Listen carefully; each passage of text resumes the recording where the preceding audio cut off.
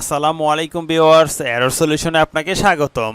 আমাদের আজকের ভিডিওর বিষয় দুর্যোগ ব্যবস্থাপনা ও ত্রাণ মন্ত্রণালয় ঘূর্ণিঝড় প্রস্তুতি কর্মসূচি সিপিপি এর নিয়োগ পরীক্ষার প্রশ্নপত্রের সমাধান। পরীক্ষা গ্রহণের তারিখ 28 আগস্ট 2021। পদ রেডিও টেকনিশিয়ান, স্টোর কিপার, সহকারী কাম রেডিও অপারেটর, রেডিও ওয়ার্কশপ সহকারী। আমাদের চ্যানেলটি ভালো লাগলে সাবস্ক্রাইব করে সাথে থাকুন। পরবর্তী নতুন নতুন ভিডিওর নোটিফিকেশন সবার আগে পেতে সাবস্ক্রাইবার সরাসরি বেল আইকনে ক্লিক করে রাখুন। চলে যাচ্ছি মূল প্রশ্ন পর্বে। প্রথমেই থাকছে সাধারণ জ্ঞান অংশ। জাতির পিতা বঙ্গবন্ধুর স্বদেশ প্রত্যাবর্তনের তারিখ লিখুন। 10 জানুয়ারি 1972। বাংলাদেশে কবে সর্বপ্রথম করোনা রোগী শনাক্ত হয়? 8 মার্চ 2020 তারিখে সর্বপ্রথম করোনা রোগী শনাক্ত হয়। করোনা টিকা গ্রহণের জন্য রেজিস্ট্রেশনের অ্যাপটির নাম কি? অ্যাপটির নাম সুরক্ষা। Website www.surakha.gov.bd। টোকিও অলিম্পিকে মোট কতটি দেশ অংশগ্রহণ করেন? 205টি দেশ অংশগ্রহণ করেন। মুজিবনগর সরকার কোন সালের কত তারিখে গঠিত হয়? 10 এপ্রিল 1971 তারিখে মুজিবনগর সরকার গঠিত হয়। মুজিববর্ষের থিম সঙ্গীতের রচয়িতা কে? কবি Kamal Chowdhury. Bangladesh is our best teacher in climate change adaptation, এটি কার উক্তি? বান কি মুন এর উক্তি। সিডর ঘূর্ণিঝড় কত তারিখে বাংলাদেশে আঘাত হানে? সিডর ঘূর্ণিঝড় 15 নভেম্বর 2007 তারিখে বাংলাদেশে আঘাত হানে। 1991 সালের ঘূর্ণিঝড়ে কত লোক মারা যায়? 1,38,000 লোক মারা যায় 1991 সালের ঘূর্ণিঝড়ে।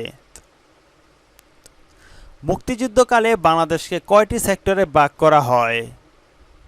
11টি সেক্টরে ভাগ করা হয় সমগ্র বাংলাদেশকে। বাংলাদেশের অর্থনৈতিক নীতি নির্ধারণ এবং উন্নয়ন প্রকল্প অনুমোদন সংক্রান্ত সর্বোচ্চ কর্তৃপক্ষ কোনটি? একনেক।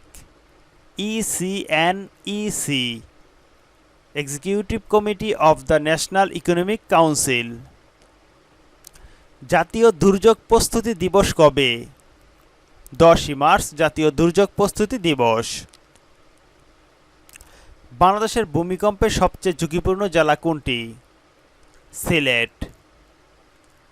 বাংলাদেশে ভূমিধস ঝুঁকিপ্রবণ জেলা কোনটি? রাঙ্গামাটি। বাংলাদেশে বন্যাপ্রবণ জেলা কোনটি? জামালপুর। বাংলাদেশে ঘূর্ণিঝড় ঝুঁকিপূর্ণ উপজেলা কোনটি? শ্যামনগর, সাতক্ষীরা। আর ঝুঁকিপূর্ণ জেলা সিলেট। বাংলাদেশের গড়ে সবচেয়ে বেশি বৃষ্টিপাত কোন বিভাগে হয়? সিলেট বিভাগে। বাংলাদেশের শীতপ্রবণ জেলা কোনটি? ঠাকুরগাঁ। ঠাকুরগাঁ জেলা বাংলাদেশের শীতপ্রবণ জেলা। এরপরই থাকছে বাংলা অংশ। প্রথমেই থাকছে বাগধারা অর্থসহ বাক্য লিখুন। টনক নড়া, সজাগ হওয়া। পরীক্ষায় অকৃতকার্য হওয়ার পর সুমনের টনক নড়েছে। চাঁদের হাট, প্রিয়জন সমাগম। বিয়ে শাদিতে প্রত্যেকটি পরিবারে চাঁদের হাট বসে। অমাবস্যার চাঁদ, দুর্বল বস্তু বা ব্যক্তি। আজকাল তোমাকে তো দেখাই যায় না, তুমি যেন অমাবস্যার চাঁদ। বিপরীত শব্দ লিখুন। গুপ্ত, এর বিপরীত শব্দ প্রকাশিত। সুজন, এর বিপরীত শব্দ কুজন। সন্ধি বিচ্ছেদ করুন। মনীষা, মনস যোগ ঈশা। স্বেচ্ছা, স যোগ ইচ্ছা। এরপরই থাকছে গণিত অংশ। 12 জন শ্রমিক 3 দিনে 72 টাকা আয় করলে 9 জন শ্রমিক সমপরিমাণ টাকা কত দিনে আয় করতে পারবে? 4 দিনে আয় করতে পারবে। ধার্য মূল্যের উপর 10% কমিশন দিলে 20% লাভ হয়। 15% কমিশন দিলে শতকরা কত লাভ বা ক্ষতি হবে? 13.33%। 14 হতে 100 অবধি বিজোড় সংখ্যাগুলির গড় কত? 50। ঘন্টায় a কিলোমিটার বেগে b দূরত্ব অতিক্রম করতে কত ঘন্টা সময় লাগবে? b/a ঘন্টা সময় লাগবে। কোনটি 35 ডিগ্রি কোণের পূরক কোণ? 55 ডিগ্রি। দুটি সমান্তরাল রেখা কয়টি বিন্দুতে ছেদ করে? কোনোটিই নয়। উপরে যে 4টি অপশন দেওয়া ছিল এর মধ্যে কোনোটি নয়, এই উত্তরটি সঠিক, কোথাও ছেদ করবে না। একটি পঞ্চভুজের সমষ্টি কত? 6 সমকোণ। Translate into English. বঙ্গবন্ধু বাংলাদেশের দুর্যোগ ব্যবস্থাপনার পথিকৃৎ। Bangabandhu is the pioneer of the disaster management in Bangladesh. Bangladesh একটি দুর্যোগ প্রবণ দেশ। Bangladesh is a disaster prone country. দুর্যোগের প্রস্তুতি ভবিষ্যতের বিনিয়োগ। Disaster preparedness is a future investment.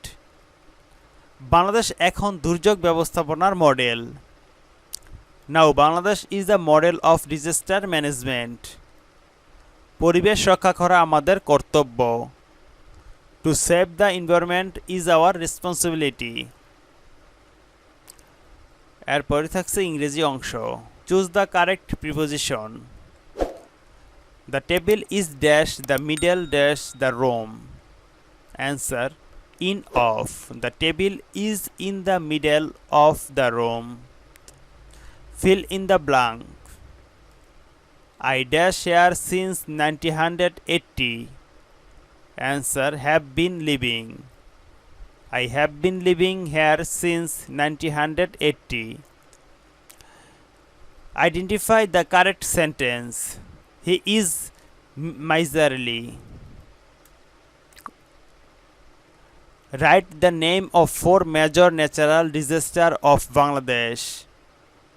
Cyclone, ঘূর্ণিঝড়, flood, বন্যা, earthquake, ভূমিকম্প, drought, খরা। সমাপ্ত। আজকের মতো ভিডিওটি এখানেই শেষ করছি। যদি ভিডিওটি আপনাদের ভালো লাগে তাহলে অবশ্যই লাইক কমেন্ট শেয়ার করবেন। পাশে থাকা বেল আইকনটি বাজিয়ে রাখবেন পরবর্তী ভিডিওর আপডেটের জন্য। যে যেখানেই থাকুন ভালো থাকুন সুস্থ থাকুন এই কামনায়। আল্লাহ হাফেজ।